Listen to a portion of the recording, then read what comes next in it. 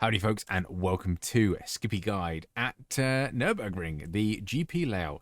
Nice little circuit this. I've always enjoyed coming here. Might always not, well, I haven't been the quickest around here in some of the GT cars, but yeah, I find me and the Skippy have a bit more of an agreement. But yeah, anywho, this is a fun little circuit. Let's crack on with it. Info for you, track usage 45% as always. Track temp, nice and cool, 85 degrees will be above my head. Also above my head is how I get into these sessions. If you want to practice before the week starts, this is how I do it. Go find the race, go to the schedule, go to the week you want to practice. There's a nice little button there called Drive Now, so you can click on that. Test session is a private one that is free of charge, and you can create a hosted session if you and your mates want to come and join in. Things like 50 cents an hour plus VAT on top of that. So yeah, if you got some iRacing credits, got some iRacing money, brilliant. If not, use a test one. It's nice and free. Then all of these sections go through there of the settings. They should all be exactly identical. The only thing I can change is the track usage just to get it moderate, just because we don't know what that's going to be. But yeah, that's how I get into that. Anywho, the lap I'm actually going to show you is lap number 9, a 2:19.291. So yes, I was in the low 19s, mid to low 19s. That seems to be where I was sitting. I'm sure some of the aliens will probably be touching the 18s, even if the 17s. But yeah, I couldn't get in the 18s myself. So yeah, that's not too bad. Discord above my head as well, where the OLAP, BLAP telemetry and replay file will all be in there for you. Also a nice little schedule, so particularly because we're coming to the end of the season, which is nuts if you think about it. So what I'll do is I set up, try and get the schedule down as soon as I can, put it on my Discord, and then I set up a schedule for all the track guides of what I've done previously. So week by week by week, you can see what I'm intending to make on that week and what track guides have already been made. So yes, a few people found that useful. Even I find it useful looking back and seeing what I need to race. Otherwise, that is enough of me waffling. Let's crack on with the guide. Right then, Nurburgring, great little circuit this. Yeah, as mentioned in the intro, I do quite like it. Anywho, blasting down to turn 1, which is a hell of a long way away, so slipstream's definitely going to be a thing. Start the curbing, maybe just slightly later than it. Heavy on the brakes here, all the way down into first gear. Slowest corner on the circuit by far, loads of curb, be careful of damage in the front wing. You can take it a bit wide if you're afraid of front end damage, but yeah, gloss over that and we're straight into turn 2.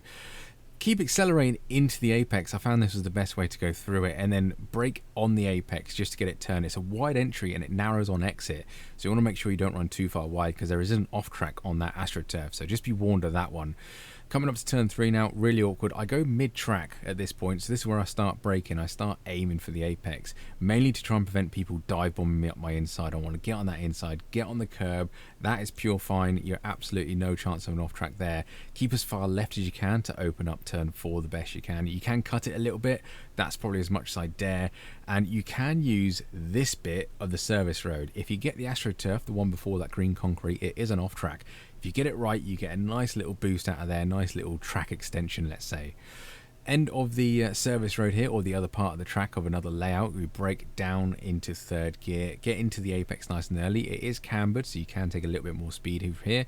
Again, try and keep as far left as you can to open up this turn 4. Nice late apex here, and you can see my throttle trace. Get on early throttle here. You're downhill, long straight. You need a good run for good lap times down here, and try and prevent slipstream as well. People are going to get next to you down into turn 5 down here, the hairpin of the circuit. Just try and be safe through it, really, to be honest. As the white line straightens in a straight line, funnily enough, that's where I start braking all the way down to second gear. Now, I do tend to go wide and then cut back for a nice late apex. And again, look how early I am on throttle. It's uphill this time, so any mile an hour gain down here is always going to benefit us going up through these Schumacher-S's. Up we go to Schumacher-S's now, and I'm going to speed this up just a tiny little bit. The turning point, a lot of people use that curve on turn-in. I never have, I just find it unsettles it, but maybe that's where I'm losing a few tenths. Just watch out the slowdown on that blue tarmac in the middle there. Very awkward, very pain in the rear, so just be mindful of that. Bring it over to the right-hand side now for the best left-hander on this circuit. I do enjoy this circuit. What you want to do is just at the 100 board and the start of the AstroTurf is where you want to start braking. Down to third gear and absolutely loads of curb. Nick a little bit of grass if you can on the inside left tyres. Absolutely fine there. There is an off track on the exit, so just be mindful of that. Bring the car back over to the left, and about this point is when I'm braking. Keep it in third all the way around here. Again, if you can nick a little bit of curb here, I miss it completely, but you want to be on throttle again nice and early. We are full throttle for a long way, and you need to maximize that the best you can. Coming down the back straight, I would call this now, we've got turn 9, which is just basically a little kink. Avoid the curb, there's no point going over that when we don't need to. And the very, very awkward last chicane. So just between the 100 and the 54, so probably about the 80-75 mark. Brake all the way down to first gear, avoid the inner part of the curb, it's absolutely huge. First gear for the second one, nip up to second gear as you go through the right hander there, and you can nick a little bit more curb if you want to. Be careful of the exit curb, it sort of rises up at this point, so just be mindful of the bottom out of the car. And about here, I'm using it as a sort of distance to the red curbing there.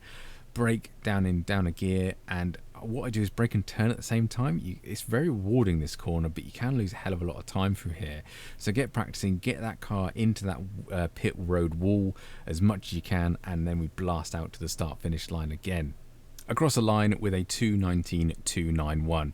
So yeah, I was pretty happy with that. Mid to low 19s I'm hitting at. I'm sure a few of the aliens will get into the 18s, but that's the best I can do at the moment. Good circuit. Lots of slipstream opportunity, so yeah, gonna hopefully keep the pack nice and tight.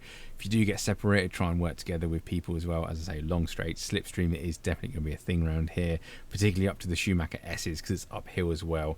Try not to go too wide through there because it is very, very awkward. I'm really looking forward to this week. I hope you are as well. Thank you very much for watching. I'll catch you on the next one.